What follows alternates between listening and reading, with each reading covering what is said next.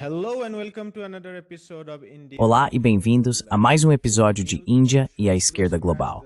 Se você é novo no programa, não se esqueça de clicar no botão de inscrever-se. Considere também tornar-se membro do YouTube ou apoiador e fazer uma pequena doação usando o link na descrição. Mas, no mínimo, assista ao programa, curta, compartilhe e comente. Sem mais delongas, quero dar as boas-vindas ao nosso convidado desta noite, o professor Rashid Khalidi. O professor Khalidi é um dos maiores historiadores do mundo sobre a Palestina e a Ásia Ocidental moderna. Ele é o professor Edward Said, de Estudos Árabes Modernos, na Universidade de Columbia.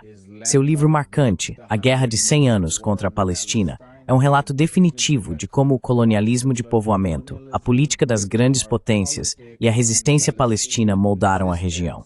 É uma honra tê-lo conosco hoje. Professor Khalidi, seja bem-vindo à Índia e Esquerda Global. Professor Khalidi, welcome to India and Global Left. Dado, obrigado, é um prazer estar com você aqui. Aliás, sou professor emérito. Yes, I was a bit confused because there were these media Sim, reports about eu fiquei um pouco your confuso resignation porque and havia essas reportagens na mídia sobre a sua renúncia e então vi que o senhor ainda estava lecionando uma disciplina. Então fiquei um pouco confuso. Mas obrigado por esse esclarecimento. Professor Khalidi, eu chegaria ao plano de Trump que foi aprovado no Conselho de Segurança das Nações Unidas. Mas se o senhor pudesse começar com a sua leitura do que aconteceu na Palestina desde a troca de cativos no mês passado. Estamos ouvindo relatos sobre incursões e ataques constantes em Gaza, inclusive dentro da linha verde. Estamos vendo uma violência tremenda de colonos e das forças israelenses na Cisjordânia ocupada e uma campanha massiva de tortura dentro das prisões israelenses. Então, o senhor poderia compartilhar com nossos espectadores suas reflexões sobre o que aconteceu desde que o acordo de troca de cativos foi implementado no mês passado? since the captive exchange framework took place last month. Bem, você descreveu o que aconteceu, mas para ser mais detalhado, 280 palestinos, quase todos civis, foram mortos por quadricópteros israelenses, ataques aéreos e outros bombardeios na faixa de Gaza desde que o chamado cessar-fogo entrou em vigor. São 280 pessoas em um mês, cerca de 10 por dia, devo dizer.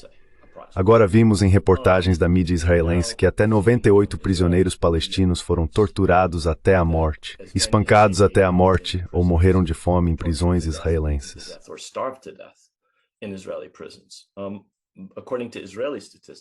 De acordo com estatísticas israelenses e dados da inteligência militar, pelo menos 2/3 dessas pessoas eram civis que não tinham nenhuma relação com o Hamas. Elas foram torturadas, espancadas e morreram de fome. Seus corpos foram devolvidos como parte da troca que você mencionou. Quanto à Cisjordânia, como você disse, houve pogroms de colonos e do exército. A ideia de que esses colonos agem de forma independente do exército é absurda. O exército os protege e prende palestinos se tentam resistir. Então é isso que o chamado cessar-fogo produziu no último mês.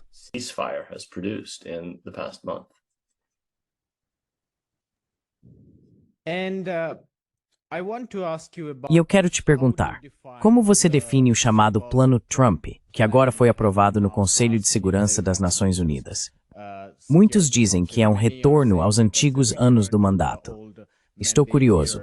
Você escreveu sobre os anos do mandato em seu livro. Quais são seus pensamentos sobre esse plano? What are your thoughts about this plan? À primeira vista, trata-se de um protetorado americano, junto com satélites americanos, regionais e de outros tipos, sobre parte da Palestina. Pode-se chamá-lo de um novo mandato. Como um mandato aprovado pela Liga das Nações em 1922, ele é sancionado por um órgão internacional, mas essencialmente será, assim como foi o mandato britânico, um mandato ou protetorado americano. Agora, duvido seriamente que ele venha a ser implementado na forma em que foi aprovado no Conselho de Segurança, mas essa é pelo menos a intenção dos idealizadores americanos dessa resolução.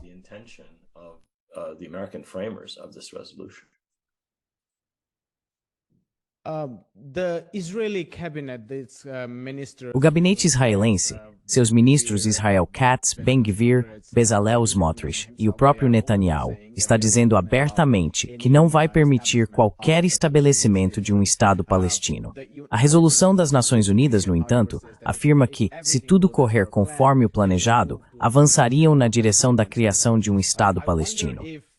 Fico me perguntando se o governo dos Estados Unidos está sendo deliberadamente enganoso, tentando enganar o mundo, ou se realmente acredita que Israel aceitaria algum tipo de meio termo, conforme a sua própria visão.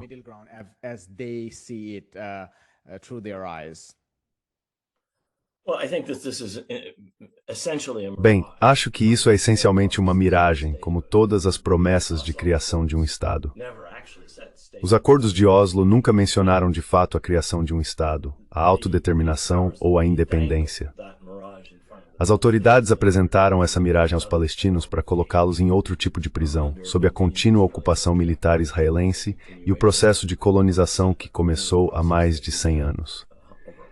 Eu diria que essa é a intenção aqui. Não sei exatamente o que eles quiseram dizer, mas parece ser isso que está implícito, porque dizer um caminho para pode significar algo que só existirá na terra do nunca, daqui a séculos, talvez um Estado palestino.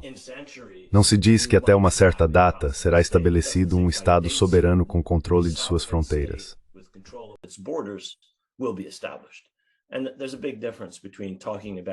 E há uma grande diferença entre falar sobre um Estado que envolveria o fim, em uma data específica, da ocupação militar da Cisjordânia e da faixa de Gaza que ocorre desde 1967, e falar sobre um caminho para um Estado palestino.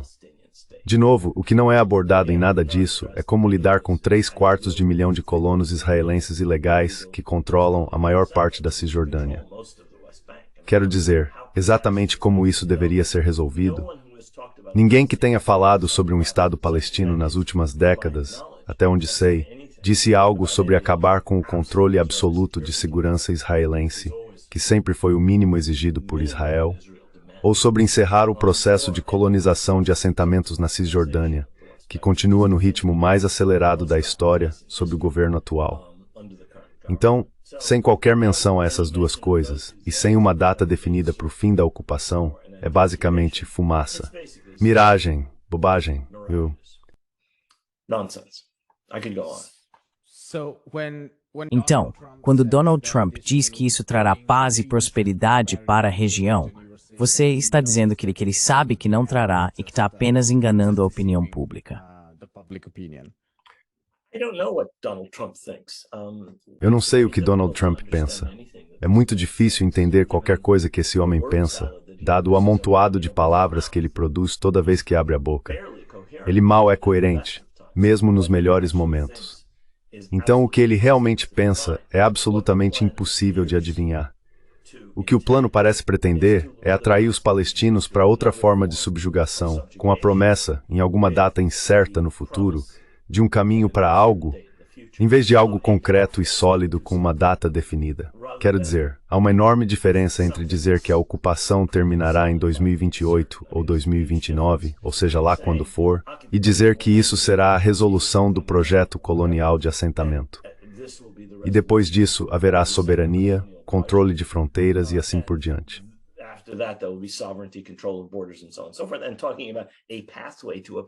Falar sobre um caminho para um Estado palestino é essencialmente sem sentido. Agora, o que ele pretende, o que ele quer dizer, eu não faço ideia. Acho que ninguém sabe, nem mesmo seus assessores mais próximos têm ideia do que se passa na cabeça dele. Mas isso é outra questão. O que o documento diz é bem claro. Ele não promete nada específico em nenhum momento específico. E, portanto, é vago e muito provavelmente sem significado.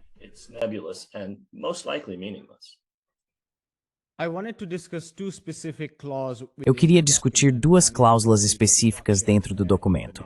Uma trata da reconstrução nos próximos 2 anos e a outra da chamada desmilitarização. Vamos começar pela parte da reconstrução. Você realmente acha que haverá alguma reconstrução genuína de Gaza, considerando que Israel já está bloqueando o mínimo necessário de ajuda alimentar que precisa entrar? É sério mesmo esse discurso sobre reconstrução?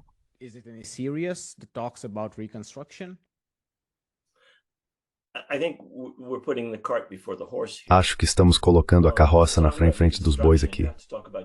Para falar em reconstrução, é preciso falar em governança e segurança. Não se pode ter reconstrução sem algum tipo de governança e sem algum tipo de segurança. E isso nos leva, é claro, ao desarmamento e ao fim dos incessantes e cruéis ataques israelenses, que mataram cerca de 10 pessoas por dia desde que o chamado cessar-fogo entrou em vigor. A menos que se lide com essas questões, não haverá reconstrução. Nenhum fim para os ataques brutais de Israel, nenhuma resolução para a questão das armas do Hamas, nenhuma forma clara de governança para a faixa de Gaza. E falar em reconstrução é outra miragem. É mais fumaça. Quero dizer, do que é que eles estão falando?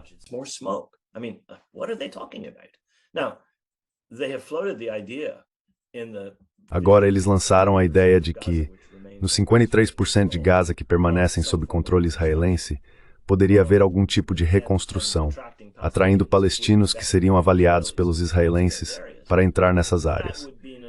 Isso significaria outra partição, mais uma partição da faixa de Gaza, se isso de fato acontecer. Não acredito que as pessoas que os Estados Unidos esperam que financiem esse plano mirabolante, os países do Golfo ou os europeus, concordariam em bancar uma ideia que envolve a continuação da ocupação israelense de mais da metade da faixa de Gaza. Portanto, acho que falar em reconstrução, sem falar em governança, em quem vai financiá-la e, no fim das contas, em como lidar com o controle do Hamas sobre quase metade de Gaza neste momento, e com a questão das armas do Hamas, é como eu disse, colocar a carroça na frente dos bois.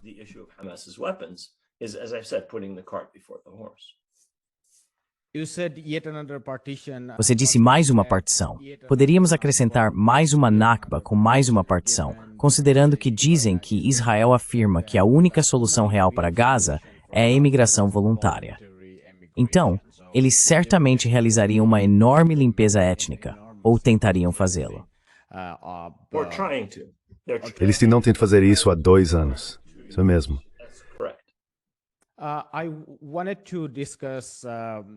Eu queria discutir a resistência com você.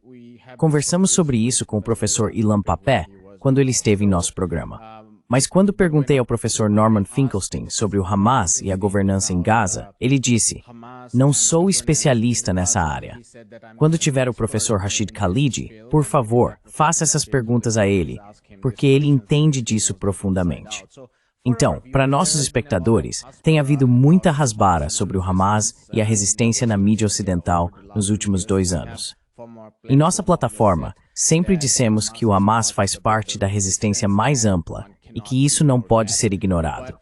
Mas, para nossos espectadores, você poderia nos dizer o que o Hamas faz além da resistência? Qual é a relação entre o Hamas e o povo da Palestina em termos de governança e assim por diante? Acho que isso seria útil para os espectadores do programa.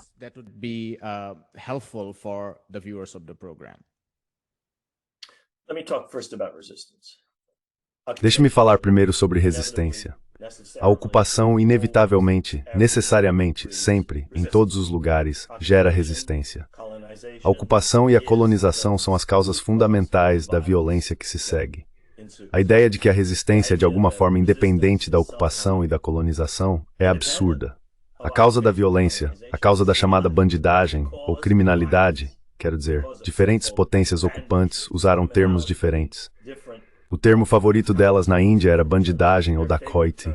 O termo favorito na Irlanda era criminalidade. O termo técnico israelense é terrorismo. É a mesma coisa.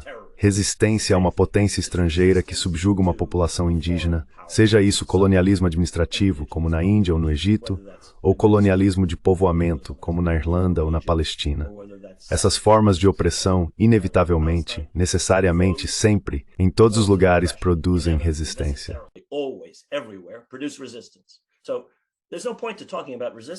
Portanto, não há sentido em falar sobre resistência.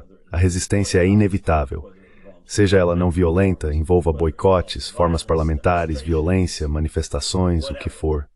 A resistência é um resultado inevitável da ocupação e da colonização. Não há motivo para continuar discutindo isso.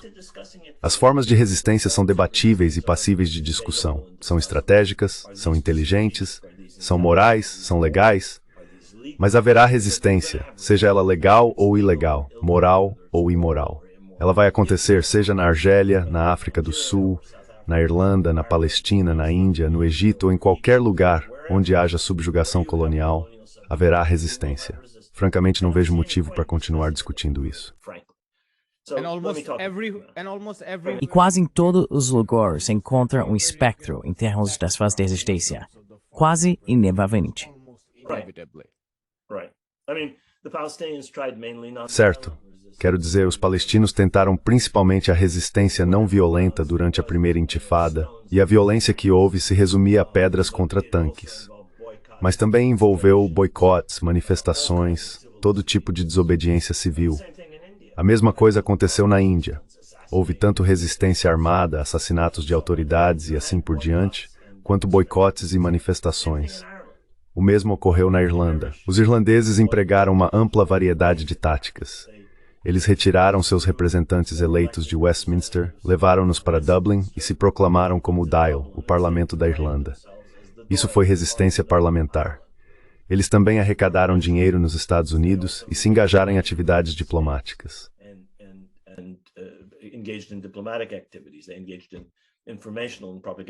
Eles se engajaram em atividades informativas e de propaganda, assim como na luta armada. E isso geralmente acontece em todos os lugares.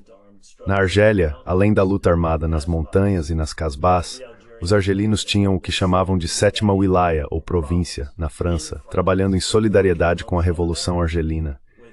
Isso envolvia trabalho informativo e diplomático, além de atividades organizacionais secretas. Portanto, existem diferentes formas de resistência, e algumas são melhores que outras, em casos específicos. Quero dizer, cada caso é obviamente completamente diferente. O Iraque não é a África do Sul, a Índia não é a Irlanda e assim por diante. A Palestina não é nenhum desses lugares. Mas a resistência é inevitável onde quer que haja ocupação e colonização. Agora, a outra parte da sua pergunta tem a ver com o Hamas.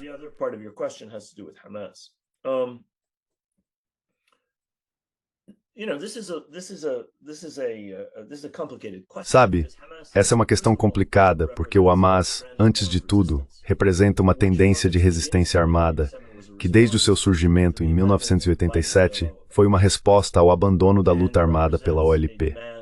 Ele reflete uma demanda por uma posição muito mais ampla e militante do que aquela que a OLP vinha defendendo desde a década de 1980. Na verdade, até mesmo antes disso.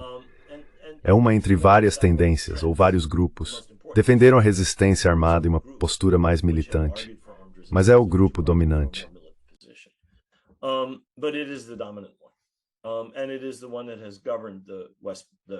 E é o grupo que governa a faixa de Gaza desde 2007. Seu governo não tem sido muito popular. Se você observar as pesquisas de opinião, o Hamas é mais popular na Cisjordânia, onde não governa, do que na faixa de Gaza, onde governa. Isso porque o Hamas também inclui um elemento islamista. Não se trata apenas de luta armada e de uma postura mais militante. Envolve também uma visão islamista do futuro da Palestina, que não é necessariamente compartilhada por todos os palestinos. Seu governo tem sido autoritário e repressivo na faixa de Gaza, e, novamente, isso não tem sido tão popular quanto o Hamas em lugares onde não governa.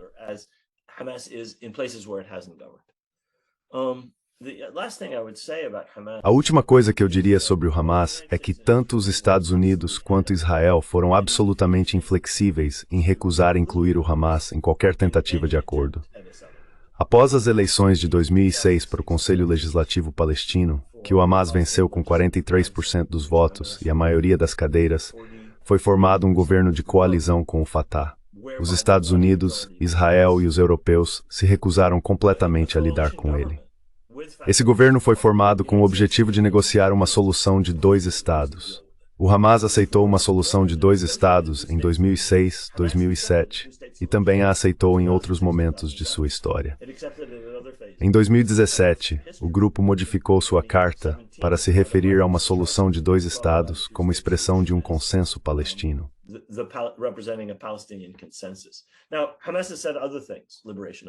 Agora, o Hamas já declarou outras coisas, a libertação de toda a Palestina, do rio ao mar, Mas uma das tendências dentro do Hamas tem sido aceitar aspectos dos acordos de Oslo, aceitar a negociação com Israel, junto com o Fatah, e aceitar uma solução de dois estados. Isso foi categoricamente bloqueado pelos Estados Unidos, pela Europa e por Israel. Quando o senador Mitchell, que ajudou a negociar os acordos da Sexta-feira Santa na Irlanda, tentou incluir o Hamas no processo de negociação, nos moldes do que ele e outros fizeram com o AIRA na Irlanda do Norte e com o ANC na África do Sul, ele foi impedido de fazê-lo tanto pela administração quanto pelo Senado.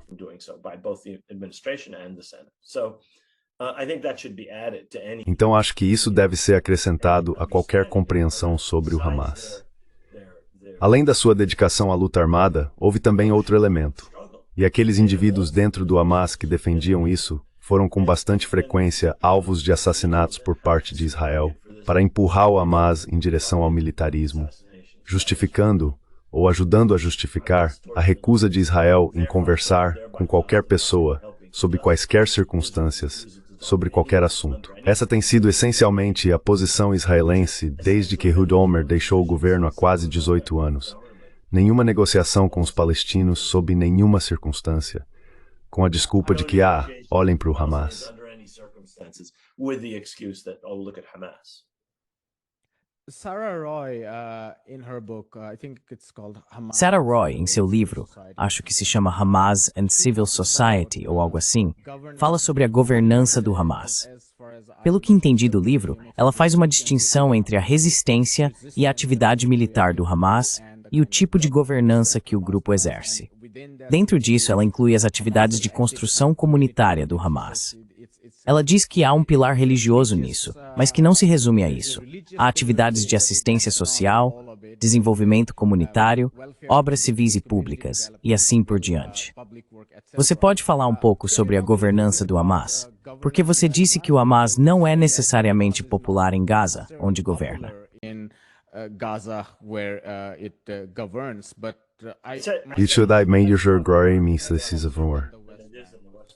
Então, se pudesse explicar isso um pouco mais.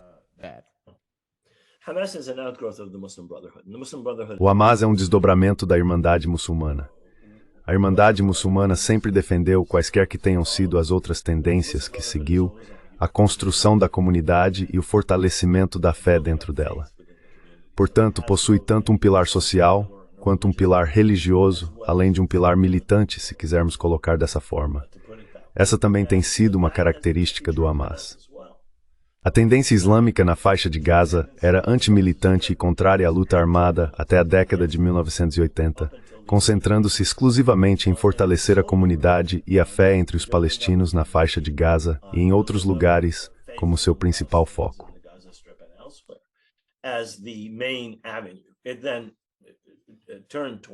Em seguida, voltou-se para a luta armada, e foi então que o Hamas nasceu. Mas ele surgiu de uma tendência dentro da Irmandade Muçulmana que se dedicava principalmente à atividade religiosa e social. A Irmandade no Egito, por muitos anos, também se concentrou mais nisso do que na luta armada. Assim, a Irmandade teve períodos em que esteve envolvida em assassinatos e coisas do tipo, e outros períodos em que evitou a luta armada e a militância. Subsistente em manter social e smertrenju. O Hamas foi fundamentalmente de de manter seu estamento desde 1987.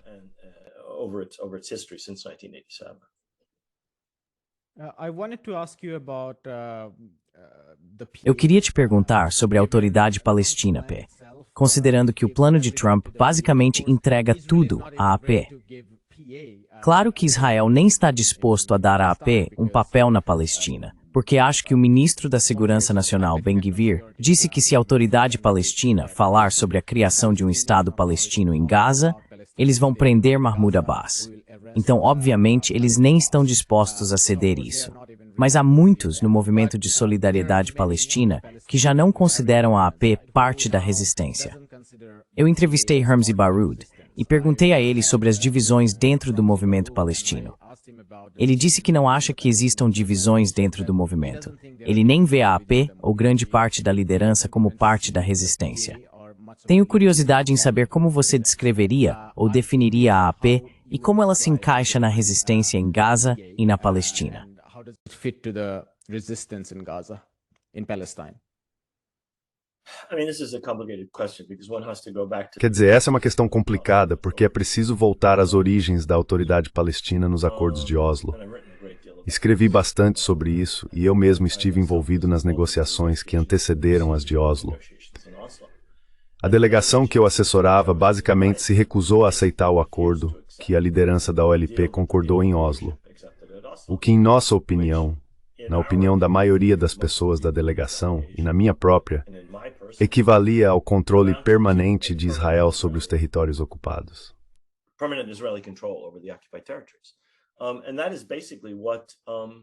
E foi basicamente isso que a liderança da OLP aceitou, um papel subordinado a Israel dentro de um regime de segurança controlado por Israel, no qual a colonização continuaria e a autoridade palestina serviria para proteger tanto os colonos quanto o exército e os cidadãos israelenses. Assim, ela essencialmente adotou um papel de colaboracionista desde o início. Essa não era a intenção deles. Acredito que a liderança da OLP presumiu que poderia desenvolver isso até alcançar a condição de Estado. Estavam completamente errados. Não havia base alguma para essa suposição equivocada. Achei que foi um dos maiores erros da história palestina. Mas o que eles pensaram que iriam conseguir certamente não foi o que acabaram obtendo.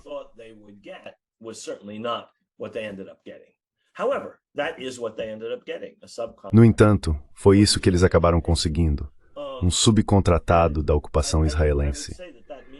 E eu diria que isso significa que a autoridade palestina tem quase nenhuma legitimidade, porque ninguém aceita a ocupação israelense.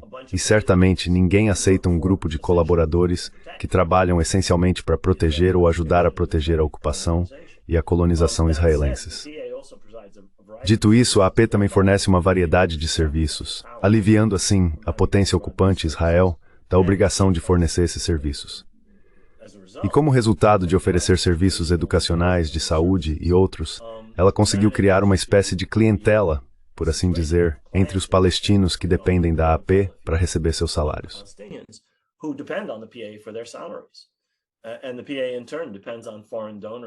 E a autoridade palestina, por sua vez, depende de doadores estrangeiros ou de os israelenses permitirem que as receitas fiscais cheguem até eles, o que significa que estão completamente dependentes e sob controle externo. Então, quero dizer, acho que provavelmente é incorreto afirmar que o Fatah, a OLP e a Autoridade Palestina não fazem parte do movimento nacional palestino. Eles fazem, mas fazem parte de um movimento que, infelizmente, aceitou condições que os tornam cúmplices da ocupação e da colonização. E isso é um problema. Isso não é algo exclusivo da Palestina. A ideia de que existem elementos que colaboram com a ocupação e a colonização.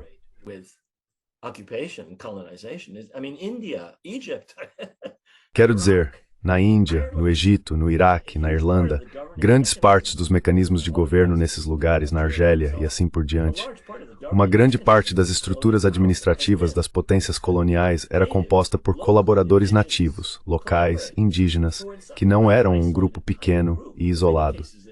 Em muitos casos, eles formavam uma grande parcela da elite que trabalhava com o poder colonial. Isso não é novidade, isso não é algo único. E a ideia de que, de alguma forma, ó céus, isso é um desvio do caminho correto. É verdade em termos de objetivos nacionais, mas não é verdade em termos da natureza histórica da colonização. Ela sempre precisa de subalternos nativos, indígenas, que trabalhem com ela. Não se pode ter um inglês administrando tudo. Portanto, ter um indiano ou um iraquiano ou um palestino, ou seja lá quem for, é absolutamente necessário.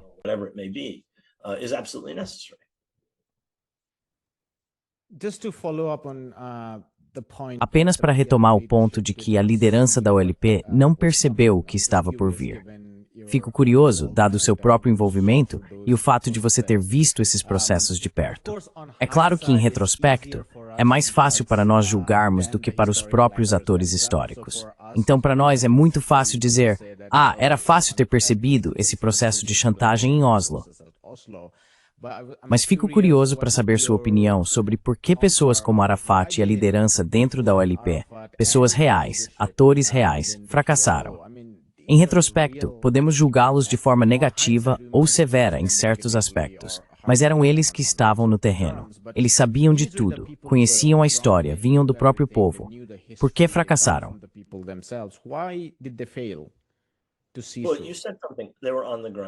Você disse que eles estavam no local. Essas são pessoas que não estavam na Palestina desde meados da década de 1960, então não estavam no local. Eles não tinham visto o empreendimento colonial em que Israel se envolveu desde o momento em que ocupou a Cisjordânia e a faixa de Gaza. Eles não tinham visto, em detalhes, a natureza do regime que Israel instituiu para controlar os palestinos. Eles não tinham testemunhado nenhuma dessas coisas por décadas. Entre 1993 ou 1995, quando finalmente retornaram. Isso é muito tempo, quase 30 anos durante estavam no local.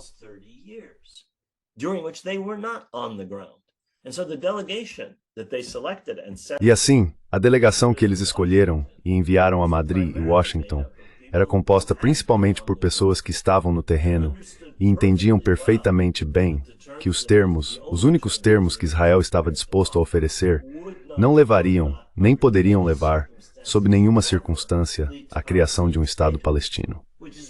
É por isso que eles não concordaram com as propostas apresentadas, essencialmente as mesmas que a OLP aceitaria mais tarde. Portanto, não estar no terreno fazia parte do problema. E em meados da década de 1990, quando esses acordos foram firmados, as pessoas na OLP que tinham as melhores informações sobre a situação no terreno já haviam sido assassinadas pelos israelenses.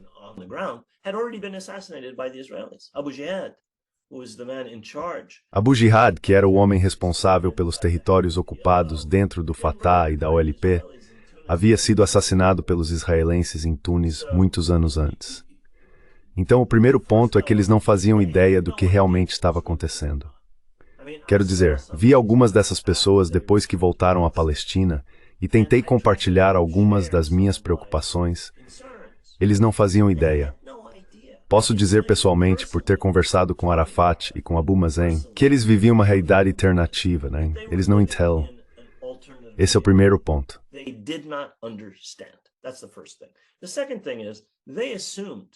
A segunda questão é que eles presumiram que o tipo de, como posso dizer, o tipo de negociação após negociação que se seguiria aos acordos que assinaram no gramado da Casa Branca em setembro de 1993, e depois poderia ser moldado e conduzido de uma forma que levasse a algo diferente do que haviam realmente assinado antes.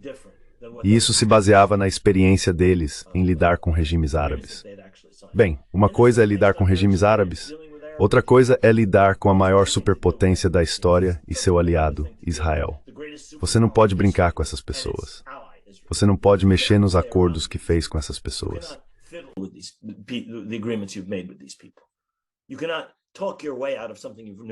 Você não pode simplesmente se livrar de algo que negociou e assinou. E isso foi um erro fatal, na minha opinião. E não é correto dizer que ninguém poderia prever isso. Edward Said percebeu em 93, ele disse, isto é um Versalhes palestino.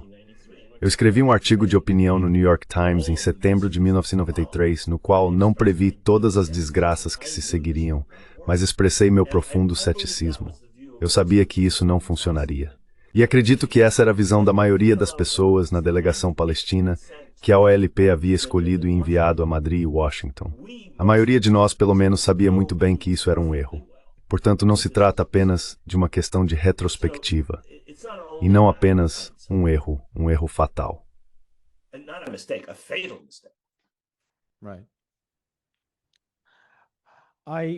Certo. Eu queria te fazer algumas perguntas rápidas sobre geopolítica e depois encerrar revisitando o genocídio. Se puder, gostaria de ouvir sua opinião sobre a abstenção da Rússia e da China na resolução do Conselho de Segurança da ONU. Aqueles que são simpáticos à Rússia e à China dizem que os Estados Unidos vinham ameaçando que qualquer tipo de veto só traria mais miséria e devastação para os palestinos. Já os que se solidarizam com a Palestina afirmam que isso foi um grande erro e que não há desculpa. China e Rússia deveriam ter vetado. Eles fugiram da responsabilidade que poderiam ter assumido. Gostaria de saber o que você pensa sobre a abstenção da Rússia e da China e o fato de não terem vetado essa resolução.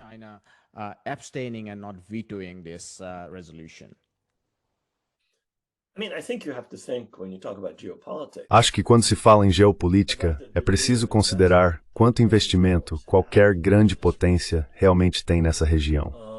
Com todo respeito à Rússia e à China, seus investimentos no Oriente Médio são mínimos. Essas não são as áreas mais importantes para eles. O mesmo vale para outros grandes países, como Índia, Brasil ou Indonésia. Essas não são áreas de preocupação estratégica primária para nenhum país do mundo, exceto os Estados Unidos e, em menor grau, a Europa Ocidental. Por razões energéticas, por razões estratégicas. O Oriente Médio conecta essas potências ao resto do mundo. Agora ele também conecta China, Índia, Brasil e outros ao resto do mundo, mas eles não têm uma presença estratégica real na região. Quero dizer, a China pode ter alguns navios de guerra.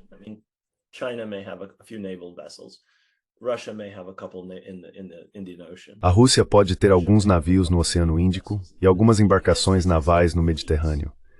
Os Estados Unidos têm 2 frotas, dezenas de bases e dezenas de milhares de soldados, aviadores e marinheiros espalhados por todo o Oriente Médio, e isso desde 1942.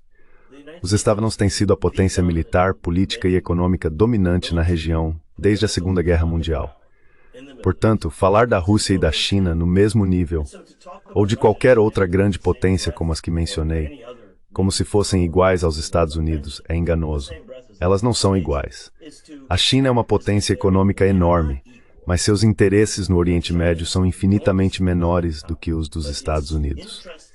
Tenham vetado ou não, os Estados continuam sendo a potência dominante no Oriente Médio. Essa é a realidade.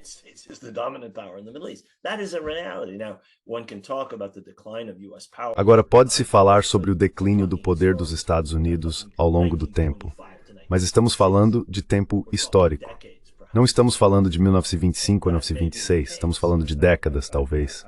Pode ser esse o caso. Acho que pode ser esse o caso. Mas esse não é o ponto aqui. O ponto é que o que aconteceu em 1925 reflete um equilíbrio de poder que realmente não mudou. Mesmo durante a Guerra Fria, quando havia um simulacro de igualdade entre as duas grandes superpotências, os Estados Unidos eram infinitamente mais fortes, sempre, em todos os aspectos. Portanto, acho que discutir as minúcias desta ou daquela resolução do Conselho de Segurança é inútil, francamente. Os Estados Unidos serão um ator decisivo nisso, gostemos ou não, e quer os chineses ou os russos vetem ou não vetem, o papel deles será muito menor do que o dos Estados Unidos.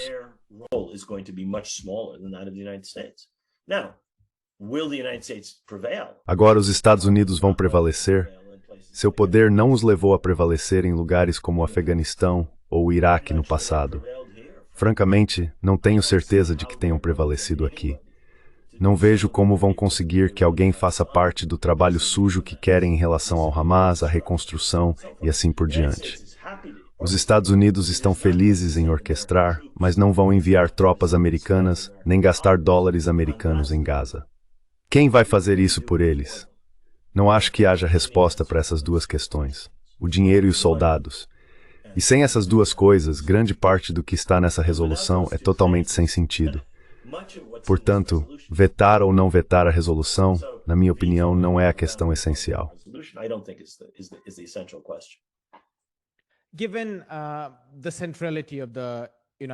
Dada a centralidade dos Estados Unidos na região e na questão da Palestina, gostaria de saber o que você pensa sobre a mudança que vimos desde o genocídio na opinião pública dentro dos Estados Unidos, especialmente entre os jovens americanos, mas também entre uma grande parte da população judaica. E como você disse, não estamos falando do longo prazo, quando o Império Americano possa eventualmente declinar completamente. Talvez então pudéssemos falar sobre outros referenciais. Mas no curto prazo, enquanto os Estados Unidos continuam sendo a potência dominante na região, parece-me que as pressões internas seriam um dos fatores importantes. Como você vê isso, como estudioso da região e também como americano? Como você enxerga esses desenvolvimentos, essas mudanças na opinião pública dentro dos Estados Unidos? Você se sente esperançoso em relação a elas?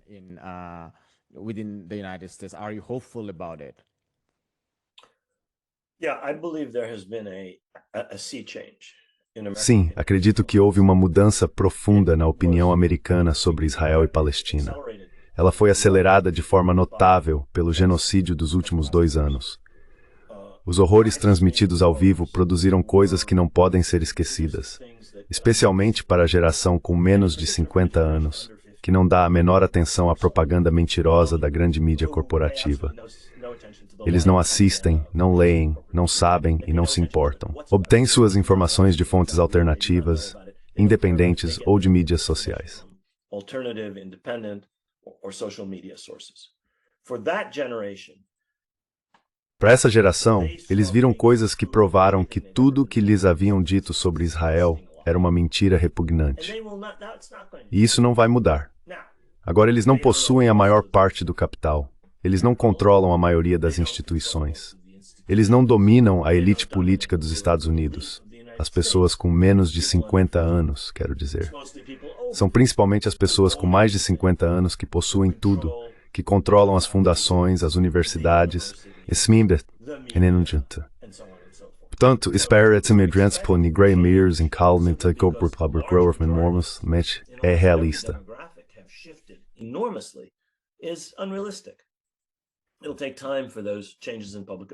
Vai levar tempo para que essas mudanças na opinião pública tenham efeito na política, ou mais importante, nos pontos de comando da economia. Quero dizer, a propriedade está majoritariamente nas mãos de pessoas na faixa dos 60 e 70 anos.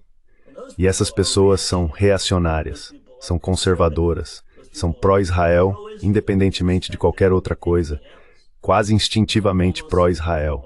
Isso foi incutido nelas. Foram enganadas a vida inteira e expostas à propaganda a vida inteira. E isso não vai mudar. Agora, muitas pessoas com mais de 50 anos mudaram. A questão é que a maioria delas não mudou, enquanto a maioria das pessoas com menos de 50 mudou de forma notável.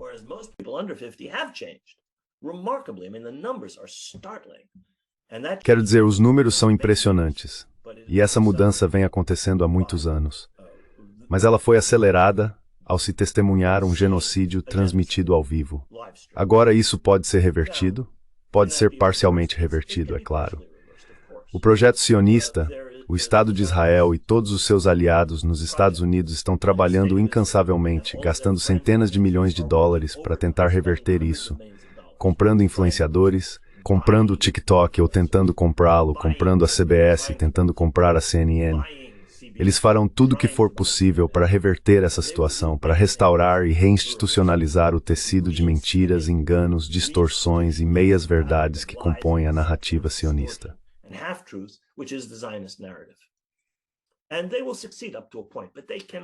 E eles terão sucesso até certo ponto, mas não pode fazer as pessoas desverem o que já viram. A geração mais jovem mudou há muito tempo. Quero dizer, percebemos isso nos campi americanos, quando estudantes de grandes universidades votaram pelo desinvestimento de empresas que apoiam a ocupação israelense há 8, 6 até 10 anos. Isso aconteceu em Colômbia há 6 ou 7 anos, muito antes do genocídio. Aconteceu em Brown, aconteceu em Michigan. Aconteceu em grandes e prestigiadas universidades americanas, tanto públicas quanto privadas, há vários anos. A mudança na produção acadêmica ocorreu há muitos, muitos anos.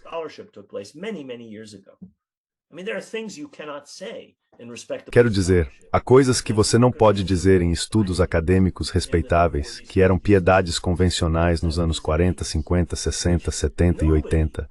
Coisas que ninguém, nem mesmo os sionistas moderados, ousaria dizer agora. Seus líderes os fizeram partir, transformando um deserto em um oásis. Todo esse absurdo. Ninguém acredita mais nisso. A pequena e frágil Israel. Essas eram piedades que não se podia desafiar sob nenhuma circunstância, até os anos 80 ou 90. Essas coisas foram completamente destruídas, na última década ou nos últimos 15 anos, para um número cada vez maior de pessoas. Isso não vai mudar. Agora, quando a política vai mudar? Essa é outra questão. Está começando.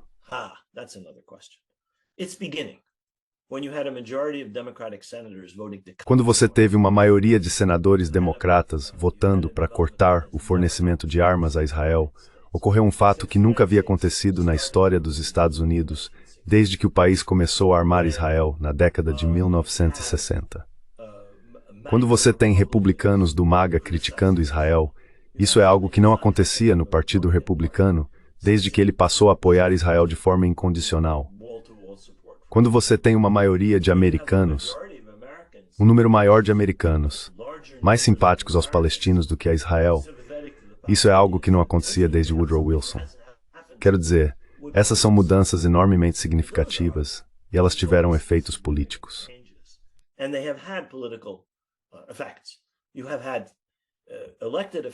Vários políticos eleitos têm anunciado orgulhosamente que não aceitarão dinheiro do AIPAC, incluindo alguns republicanos.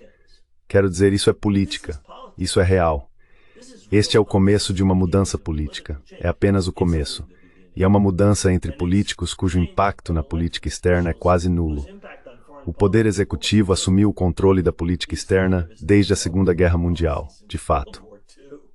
Declarações de guerra e o controle do Senado ou do Congresso sobre qualquer coisa desapareceram há mais de 2, talvez 3 gerações. As guerras têm sido travadas pelo Executivo, sem qualquer participação do Congresso. Eles basicamente fazem o que querem.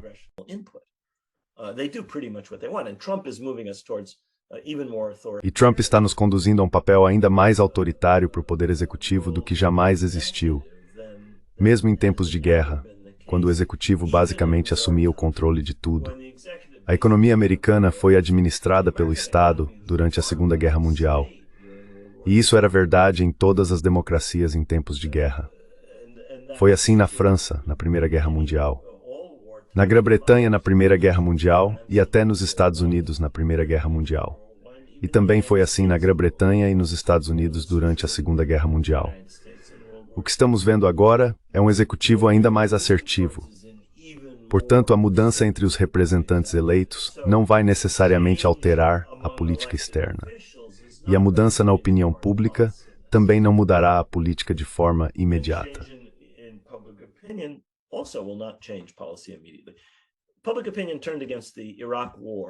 A opinião pública se voltou contra a guerra do Iraque em menos de um ano após George W. Bush iniciá-la. Ele começou a guerra na primavera de 2003. A opinião pública, se olharmos as pesquisas, já havia mudado até o final de 2004. Foram necessários mais 9 anos para encerrar o envolvimento americano no Iraque, e ainda há tropas lá. O mesmo aconteceu com a Guerra do Vietnã. A opinião pública mudou de um ponto no início dos anos 60, quando geralmente havia apoio, para o final dos anos 60, quando se voltou contra a guerra, por volta de 1968 ou 1969. Mas foram necessários mais 7 ou 8 anos antes que os Estados Unidos deixassem o Vietnã. Portanto, mudanças na opinião pública não se traduzem automaticamente em mudanças de política. Mas acho que estamos em um caminho em que isso pode ser possível em algum momento. Talvez no futuro próximo.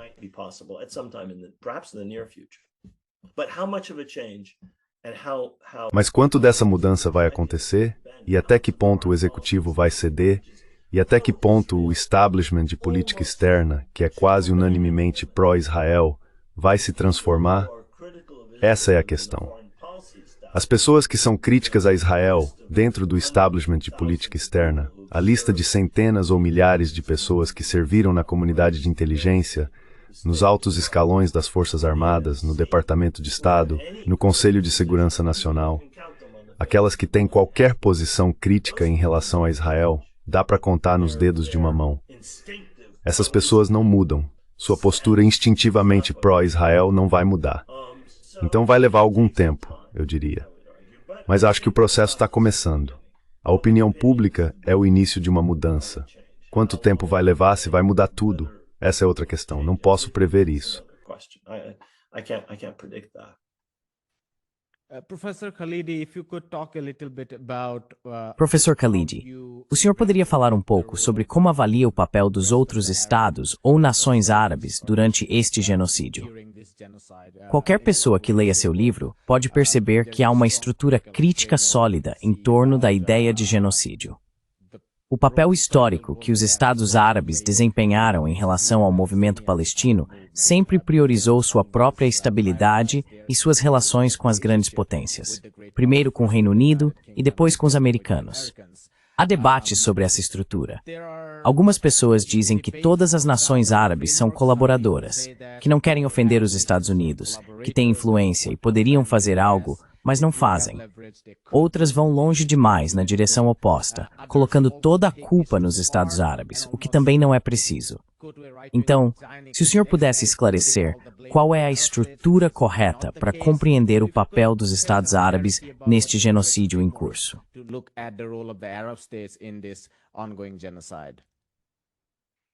Well, I think you've correctly characterized the relationship. Bem, acho que você caracterizou corretamente a relação dos Estados Árabes com as grandes potências. Eles estão sempre muito mais preocupados com suas relações com as grandes potências do que com a Palestina, a segurança de seus regimes ou outras questões. Isso sempre foi assim para a maioria dos governos árabes. Não todos o tempo todo, mas a maioria na maior parte do tempo. Foi assim naquela época e infelizmente tem sido assim durante este genocídio. Eles priorizaram outras coisas em vez de pôr fim ao genocídio, o que exigiria muito mais dura em relação a Israel e uma postura muito mais decisiva e unida em relação aos Estados Unidos.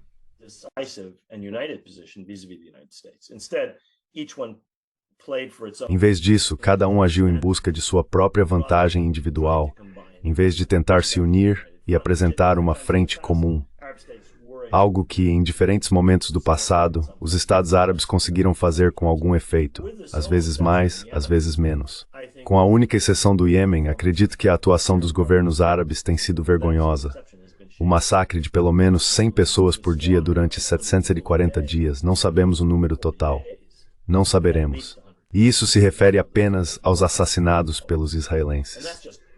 Não estamos falando das pessoas que morrem por ferimentos não tratados, devido à falta de atendimento médico, ou de doenças das quais não deveriam e não morreriam.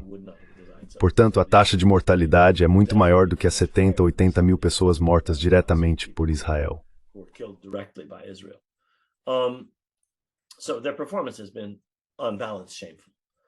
Então, o desempenho deles tem sido desequilibrado, vergonhoso. A única coisa que eu acrescentaria é que, por razões nem sempre totalmente honrosas, Egito, Jordânia e Arábia Saudita, no início do conflito, e praticamente durante todo o tempo, se recusaram a atender às exigências de Israel para participar da limpeza étnica da faixa de Gaza. Essa foi uma exigência americano-israelense em outubro de 2023. Temos um relatório do Escritório de Gestão e Orçamento ao Congresso mostrando o que o governo estava solicitando, o que inclui dinheiro para a remoção de pessoas de Gaza. E o secretário de Estado Blinken correu de um lado para o outro como um mensageiro de Israel em direção ao Cairo, Amã e Riad, pedindo aos governos árabes que participassem da limpeza étnica de Israel, que os Estados Unidos ajudariam a financiar.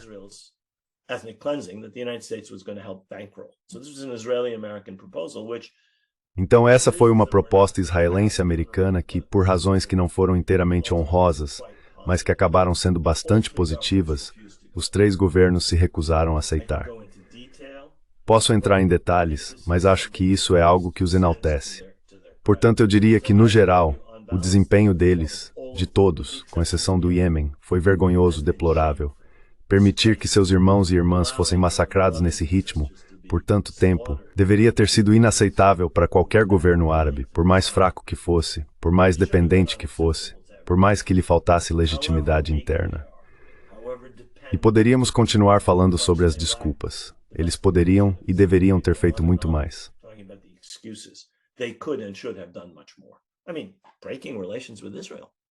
Quero dizer, romper relações com Israel, interromper o envio de alimentos para Israel, fazer muito mais em termos de endurecer sua posição em relação a Israel, no mínimo, poderia e deveria ter sido feito.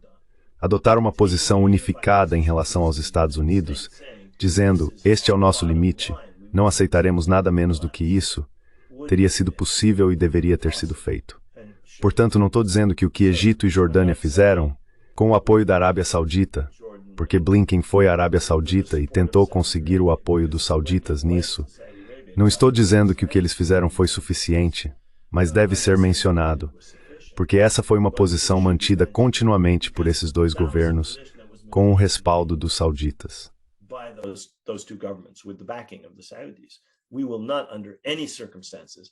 Nós não iremos, sob nenhuma circunstância, participar de limpeza étnica, não permitiremos que massas de palestinos sejam deportadas para o nosso território.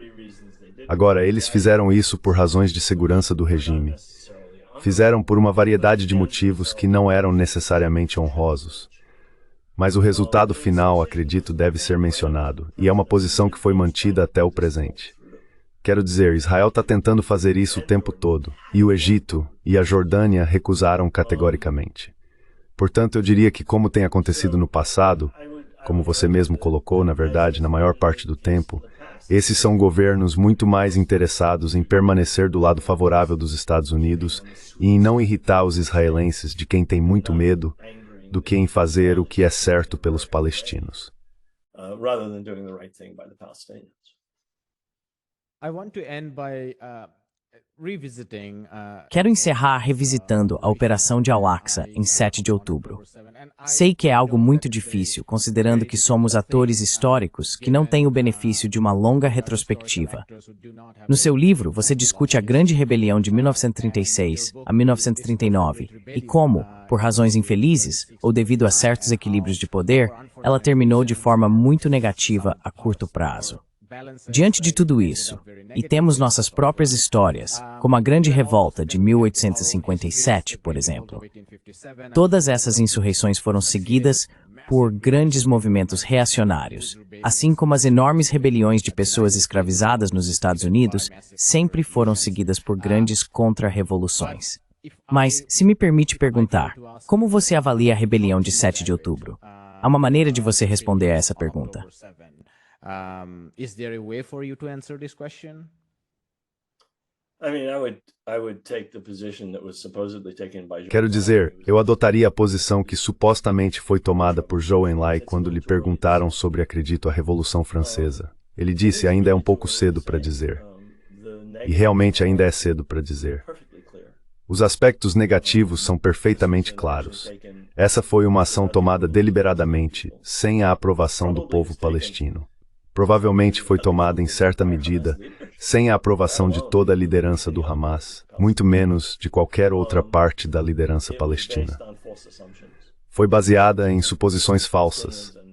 Havia a suposição de que os palestinos e os aliados do Hamas se levantariam a um nível que levaria a um sucesso muito maior do que o obtido. Isso envolveu o sacrifício de dezenas e dezenas e dezenas e dezenas de milhares de vidas palestinas. Tens and tens and tens and tens of thousands of Palestinian lives. I don't think any of the martyrs who Não acho que nenhum dos mártires que deram suas vidas ao longo desses 2 anos tenha consentido voluntariamente em morrer pela Operação Dilúvio de Al-Aqsa. Eu poderia continuar listando os aspectos negativos. Quero dizer, isso levou à ocupação de metade da faixa de Gaza. Não tenho certeza se Israel deixará esse território por um bom tempo. Isso é algo bom? Essa é praticamente toda a terra agrícola de Gaza. E são várias comunidades que talvez nunca sejam repovoadas. Então, do lado negativo da balança, podemos continuar acrescentando coisas. Por outro lado, não tenho total certeza de que o colar à imagem pública de Israel poderia ter acontecido tão rapidamente sem essa operação.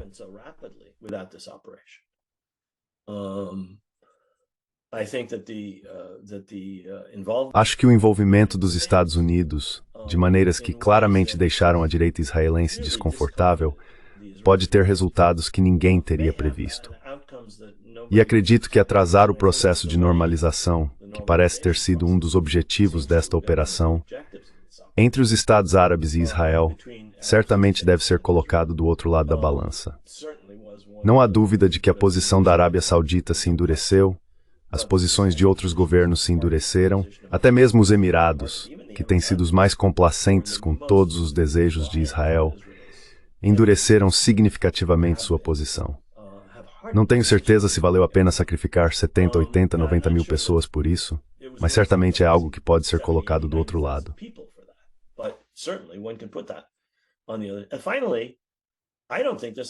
E por fim, não acho que essa operação vá necessariamente... Bem, não acho que toda a repressão em que Israel e os Estados Unidos se envolveram desde 7 de outubro vá levar à eliminação do controle do Hamas sobre Gaza. Quero dizer, eles podem até fracassar em seu objetivo principal. Eu não sei. É cedo demais. De novo, cedo demais para dizer. Não está muito claro para mim quem poderia entrar e arrancar o Hamas dos 47% de Gaza que eles ainda controlam. Não acho que os israelenses consigam fazer isso. Eles já entraram na maioria dessas áreas várias vezes desde 7 de outubro. Ocupam a cidade de Gaza repetidas vezes. Ainda estão lá. Então é cedo demais para dizer. Não há dúvida de que esse tipo de coisa acontece por razões que, bem, você sabe, 1857. Quais foram os gatilhos de 1836 na Palestina? Quais foram os gatilhos disso?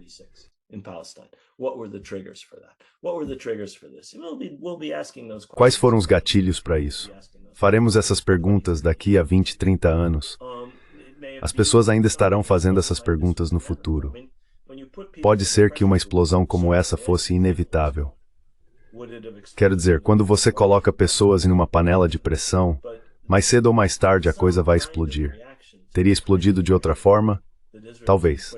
Mas algum tipo de reação à pressão que Israel vem exercendo sobre os palestinos desde a ocupação de 67. Mas certamente desde esses governos de direita do século XXI, era inevitável fosse ela iniciada pelo Hamas ou espontânea. Acho que algo assim, algo teria acontecido, e isso teria servido de desculpa para mais repressão. Então é cedo demais para dizer.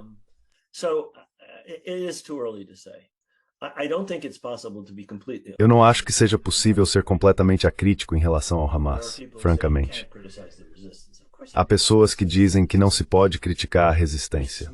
Claro que se pode criticar a resistência. Existe resistência inteligente e resistência tola. Existe resistência estratégica e resistência cega. A resistência que toma muito cuidado para evitar certos erros. Quando o Hezbollah assumiu o controle do sul do Líbano em 2000, depois de forçar a retirada dos israelenses, eles não tocaram em um fio de cabelo de nenhum dos colaboradores de Israel. E isso foi muito, bem, em outras palavras, eles controlaram o campo de batalha que conquistaram de uma forma estratégica, certo? Foi uma das coisas que deu ao Hezbollah muito crédito. Eles o perderam depois, com sua intervenção na Síria.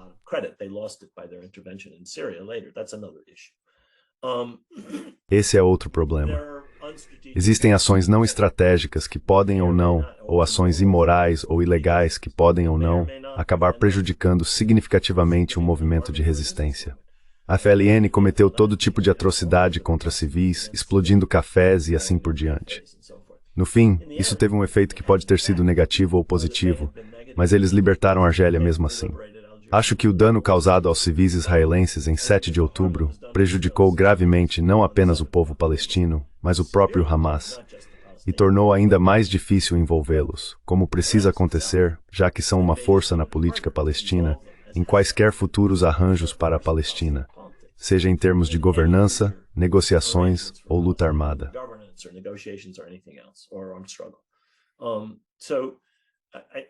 Então acho que é possível fazer críticas às ações específicas da resistência sem negar o fato de que a resistência é inevitável, imparável. Quero dizer, não há como detê-la a menos que se acabe com a ocupação e a colonização. A resistência continuará de alguma forma. A única questão é em que forma, e quão inteligentes e estratégicas essas formas são, ou até que ponto essas formas acabam servindo aos interesses do ocupante e do colonizador.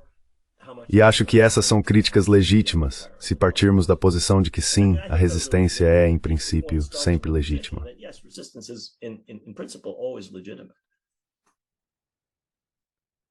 Vamos encerrar por aqui, professor Khalid. Foi uma honra e um prazer incríveis tê-lo conosco. Muito obrigado por seu tempo. Prazer, Robert. Oi, meu nome é Ayushman. Eu, junto com Mudyar Jyothishman, criamos esta plataforma. Nos últimos 2 anos, temos tentado produzir conteúdo para as forças de esquerda e progressistas. Até agora, entrevistamos economistas, historiadores, comentaristas políticos e ativistas.